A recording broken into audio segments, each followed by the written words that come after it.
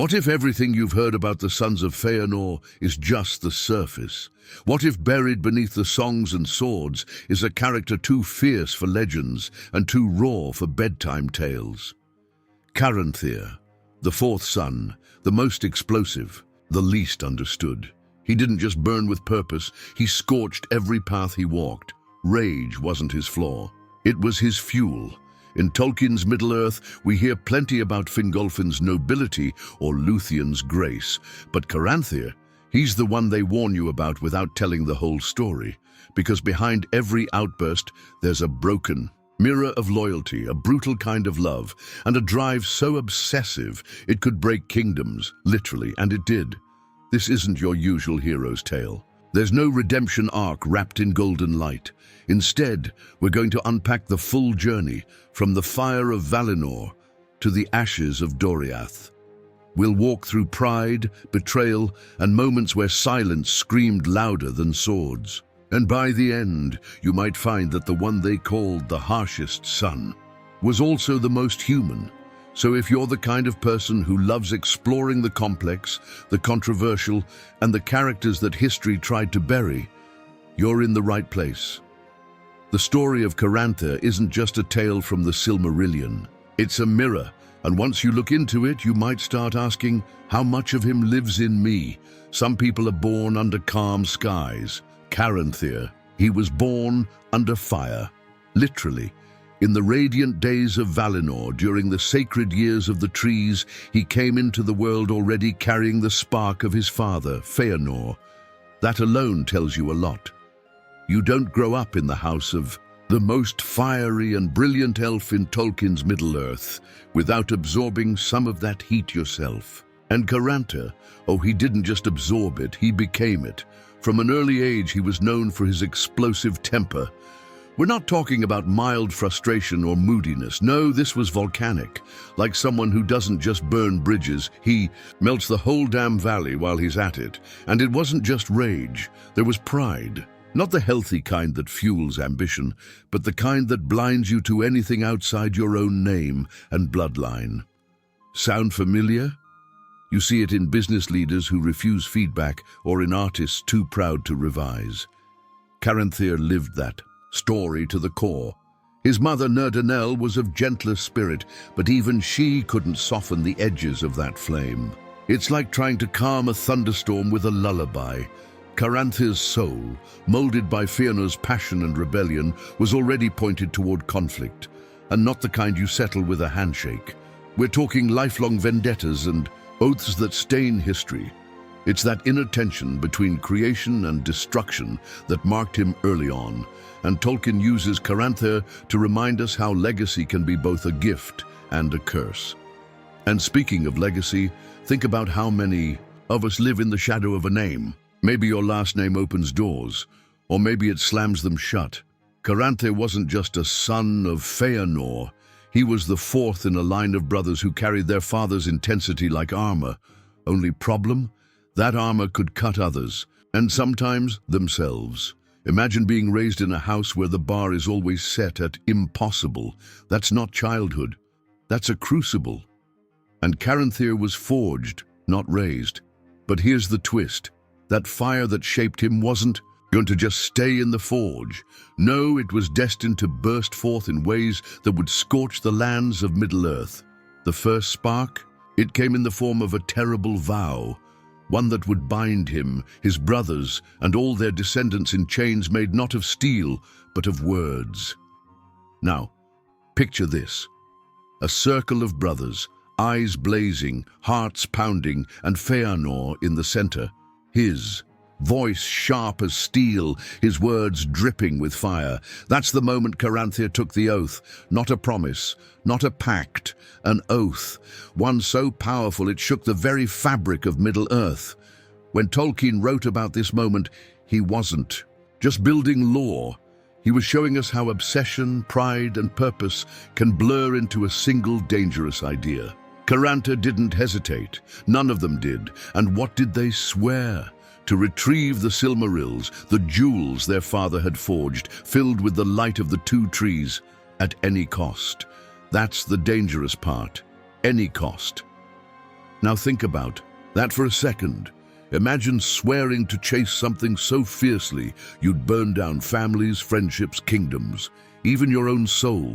That's exactly what happened at Alqualondë, where the first kinslaying stained their hands with blood, elves killing elves. A tragedy that made it clear this oath wasn't poetic, it was poison. Caranthir wasn't the ringleader, but he was in it with all his heart. He had no room for second thoughts or moral grey zones. His pride, inherited and amplified from Fëanor, wouldn't allow it. And here's the thing. You probably know someone like this. Maybe it's a CEO who'll destroy a team for a quarterly win. Maybe it's a political figure who puts legacy above lives.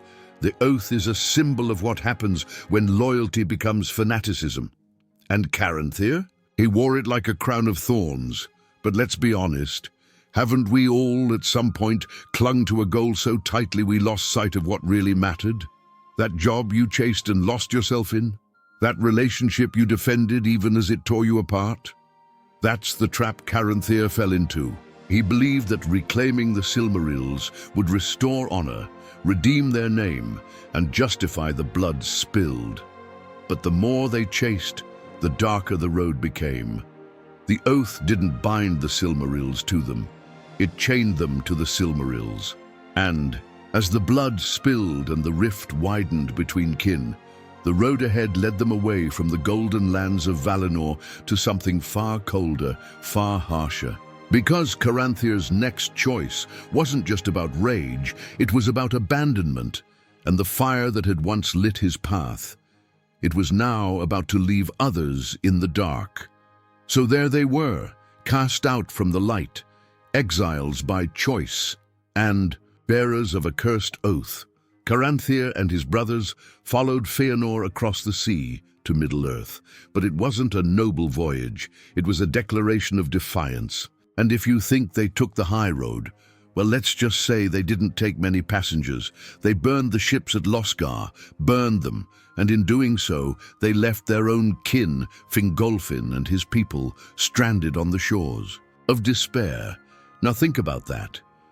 Caranthir watched the flames rise, knowing full well that those they abandoned would have to face the frozen wastelands of the Helcaraxë just to survive.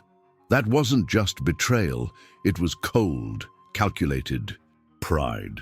And yet in his mind it was justified. After all, the sons of Fëanor saw themselves as the true heirs of greatness, the only ones worthy of claiming the Sylmerils. Everyone else? Dead weight. This is the kind of arrogance that poisons entire families, entire nations. But here's the thing. Every decision we make creates a ripple. And Caranthir's choice to follow his father without question, to leave others behind, planted seeds of mistrust that would haunt the Noldor for centuries. You ever see that in teams? In friendships? One person makes a bold move thinking it's just strategy, but the fallout hits everyone else like a slap. Tolkien doesn't waste ink. He's telling us something real here. Pride without empathy turns leaders into tyrants. And maybe, just maybe, there was a sliver of doubt in Caranthir's heart, buried under layers of fire and frost. Because once they arrived in Middle-earth, the cold wasn't just in the air, it was in the way the Noldor looked at each other. The sons of Fëanor were no longer just exiles, they were marked. Caranthir had helped light a fire that couldn't be put out, and now he'd have to live in the smoke of his own choices. But smoke has a way of choking truth, and truth. It came knocking soon after, during a Council of Elves, where old tensions flared, new enemies were made, and Caranthir's temper would once again prove just how deep the wounds of pride could run. You'd think, after crossing icy death and leaving paradise behind, the Noldor would unite, right? Not quite. When the elven lords gathered in Mithrim to figure out who'd lead their people, tensions simmered just beneath the surface. And Caranthir? He didn't help cool things down. He poured oil on the fire. His outburst toward Angrod wasn't just rude. It was a window into his soul. Deep down, Caranthir didn't trust anyone who wasn't of his father's line. To him, kinship was blood, or it was nothing. He accused Angrod and his people of spying, of twisting words to gain power for the House of Finarfin. And it wasn't subtle. Caranthir went straight for the throat. It was the kind of political misstep you see when ego outpaces wisdom. Like a CEO trashing a partner on social media, not realizing it's all being watched and remembered. Caranthir thought he was defending honor, but really he was planting seeds of division that would cost the Noldor dearly. Because guess what happened? The rest of the elves looked at this drama and said, yeah, maybe we don't want Fëanor's sons running the show. And just like that, Fingolfin was chosen as High King. The sons of Fëanor, despite their legacy and fire, were pushed aside. Caranthir didn't just lose influence, he fractured what little unity remained. Tolkien shows us here that passion without diplomacy is a liability, and Caranthir, he was all passion, no filter. It's easy to blame him, but haven't we all been there? That moment you lash out in a meeting, send a heated email, or say something that feels right, but echoes forever? Caranthir's mistake wasn't just political, it was personal. He didn't understand that leadership isn't about being the loudest or fiercest. It's about earning trust. And once you lose that, especially in Tolkien's Middle-earth, regaining it is like catching a leaf in the wind. So Caranthir stepped away from the councils and power plays, turning instead to something more tangible, land. If he couldn't lead the Noldor, he'd carve out his own realm, far from the whispers, far from the crown. And it was in the east, near the still waters of Lake Helivorn, that he began to build something new, something that looked like peace, but was always waiting for war. When the dust of elven politics settled, Caranthir took his pride and his ambition eastward. He settled in Thargelion, a cold, rugged land near Lake Helivorn, and turned it into a stronghold. Far from the high councils and noble squabbles, he built something of his own, Dr. Caranthir. It wasn't just a fortress, it was a statement. I don't need your approval. I'll thrive on my own. That's classic Caranthir. When he couldn't dominate the room, he dominated the land. Now, here's where it gets interesting. Despite his infamous temper, Caranthir forged ties with the dwarves of the Blue Mountains. Yep, the proud elf who could barely tolerate other Noldor found common ground with a people completely alien to him. It wasn't love, mind you. It was business, trade, mutual respect, grudging admiration. Sound familiar? Sometimes our greatest growth comes when we work with people we don't like, but deeply need. Happens in startups, politics, even marriages. With time, he grew wealthy. Resources flowed into Dor Caranthir, and the eastern frontier became one of the most fortified regions in Middle-earth.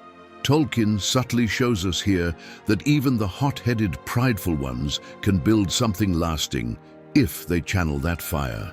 Caranthir didn't need a throne. He had power, prosperity, and purpose in the east. Still, there was always a tension beneath it all. Wealth doesn't fill the void left by a broken oath or a fractured legacy. And while he ruled his land with strength, he never quite softened. The past lingered like a ghost at the edge of the lake. Every success reminded him of what had been lost, the light of Valinor, the unity of the Noldor, the fading hope of redemption. That's the irony. He built walls to keep the world out, but those same walls kept guilt and grief in, a golden cage wrapped in silver trade routes.